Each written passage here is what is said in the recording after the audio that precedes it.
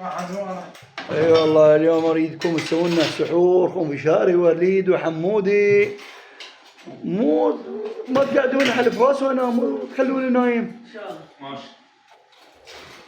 مو ما تقعدون لا اريدكم تنظفون المطبخ تطلعوه ديلوكس. على الفطور نرجع لك.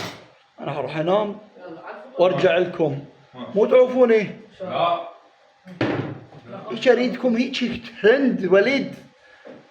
اريد المطبخ هيك يكون.